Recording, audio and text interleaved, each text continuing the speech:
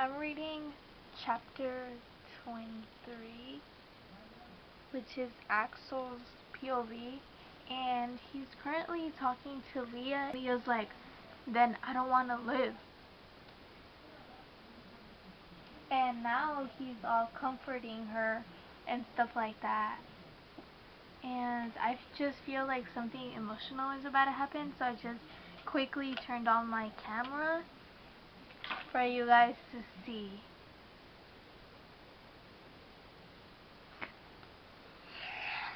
Oh my god, I'm so excited. I feel like she just confessed. This is so exciting. On to the next chapter.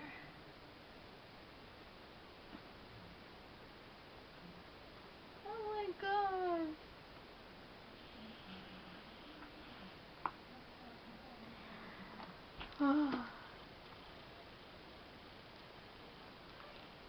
This book.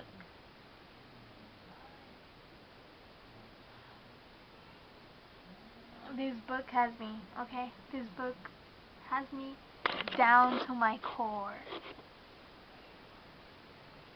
Oh my god!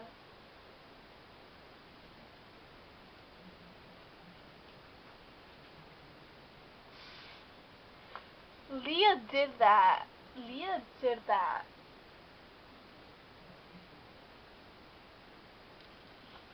Leah did that. Okay?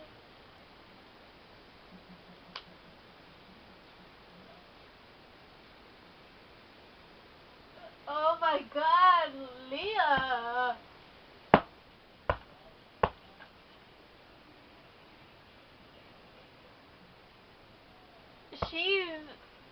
She understood when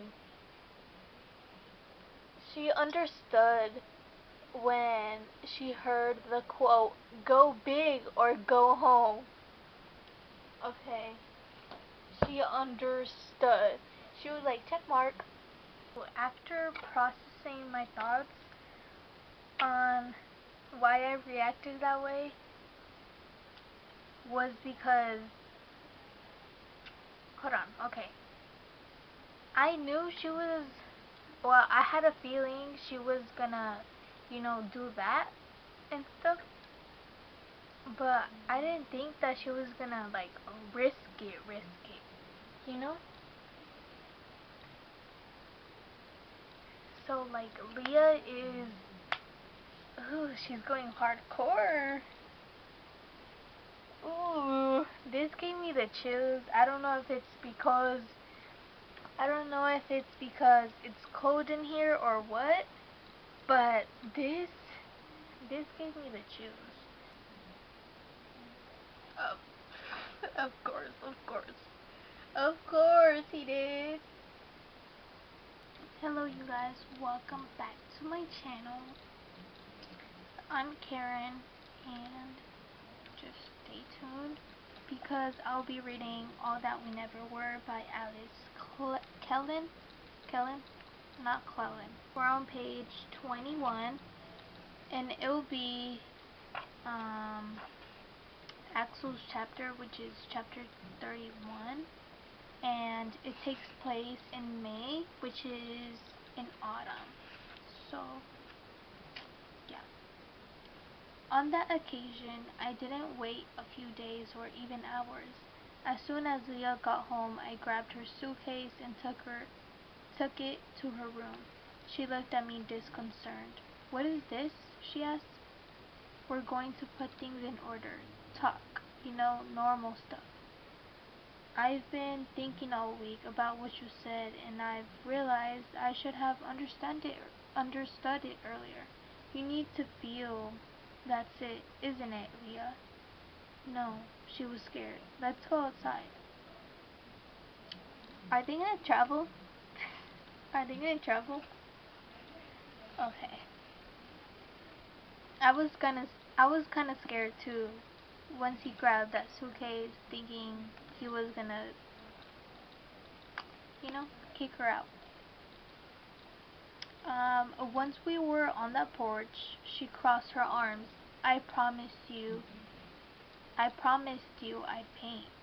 And you will, but that's not enough.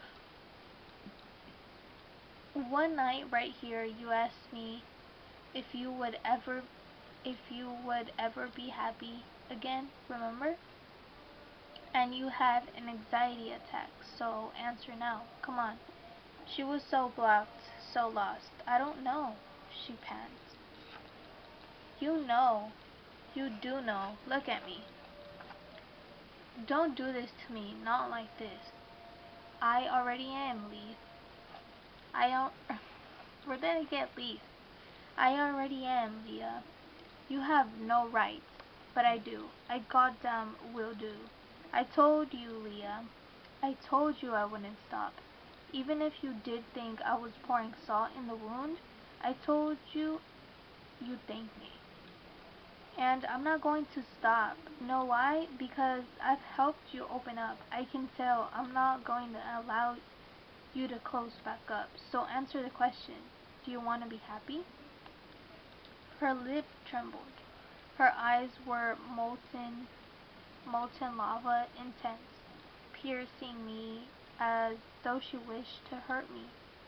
I wanted to see her like that forever, like that, full of emotions, even if they were bad, even if they were directed at me. I could take that. I don't want to, she shouted. Finally, you're being honest. Fuck you, Axel. She tried to go inside, but I stood between her and the door. Why don't you want to be happy? How can you ask me that? By opening my mouth, by doing it. I hate the way you are. I hate you right now. I took it. I repeated to myself, the hate was a feeling. One of the strongest ones, the kind that can shake a person just as it was shaking her. You can cry, Leah. You can cry with me. With you, you're the last person, but then she stopped. She couldn't finish the sentence before a sob escaped her throat, and then I took a step forward and grabbed her softly, hugging her, feeling her shaking against me. I closed my eyes. I could almost feel her anger. I could almost feel her anger, her rage, her pain, so intense that I knew they were blinding her, anchoring her to a place where the only thing you can think is, it isn't right, it isn't right, it isn't right. A part of me took pity on her. Sometimes all I wanted to do was sit down beside her in silence and give her space. But then I remembered that girl full of color who had to be hidden somewhere inside her, and then the idea of setting her free was all I could think about. I was obsessed. I spoke with my lips in her tangled hair. I'm sorry I ambushed you like this, but it's better for you. You'll see. You'll understand. You'll forgive me, won't you, Leah? That hatred, it's not all for me. She smiled through the tears. We'll do this together, okay? I'll take care of everything. You just follow me. I'll guide you if you're willing to give me your hands. That's so cute. So cute. So cute.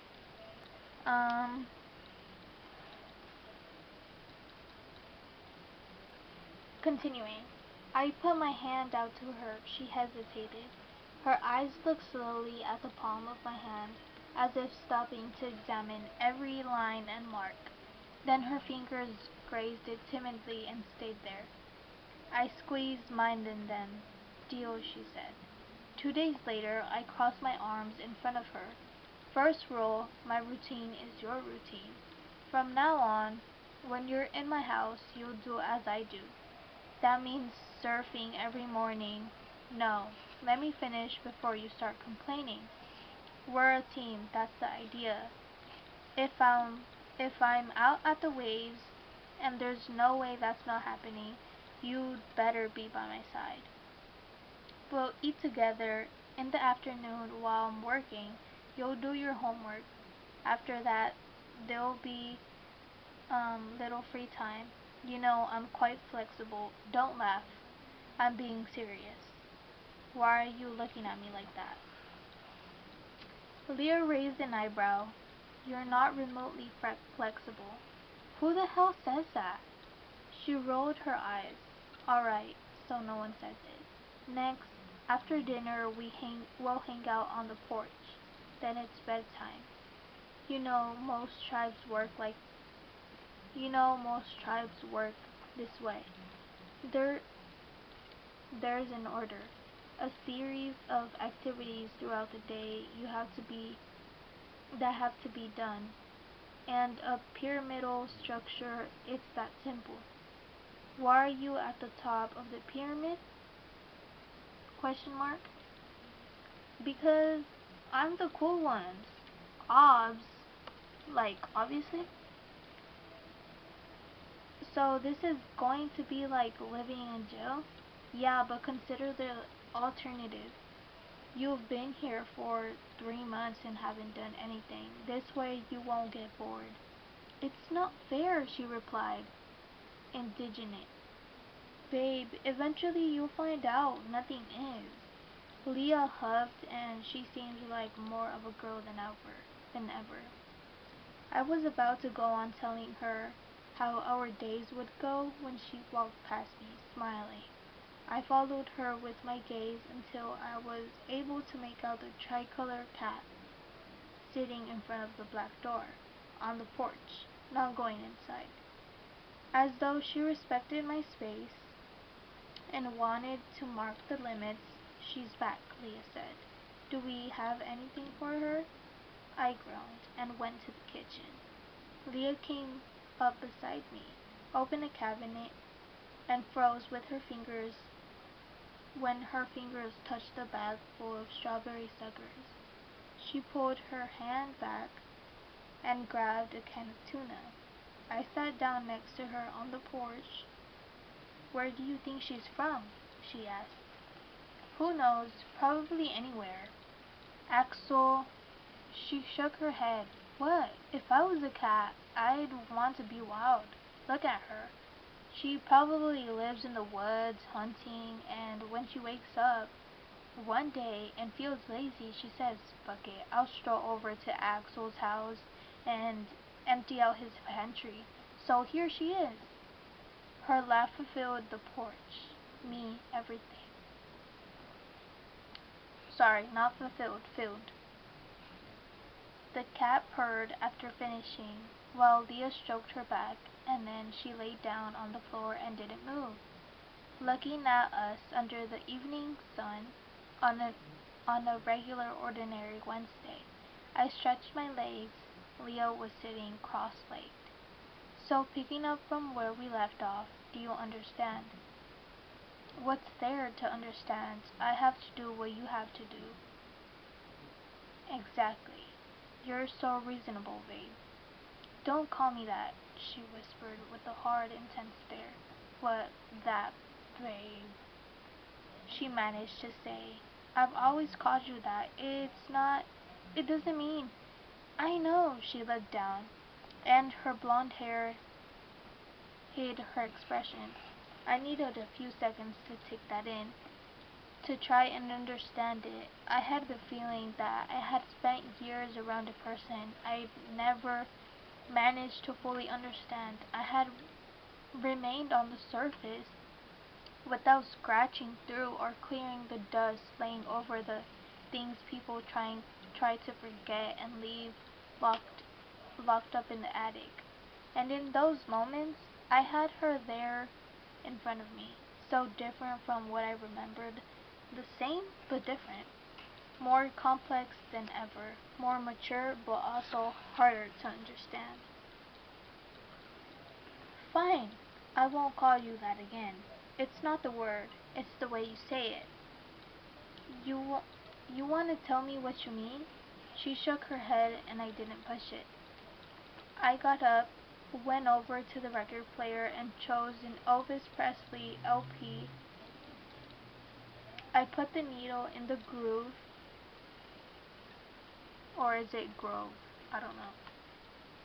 And stood there watching the vinyl spin softly while the curved lines shifted. Then I went outside. We spent the afternoon of music in silence.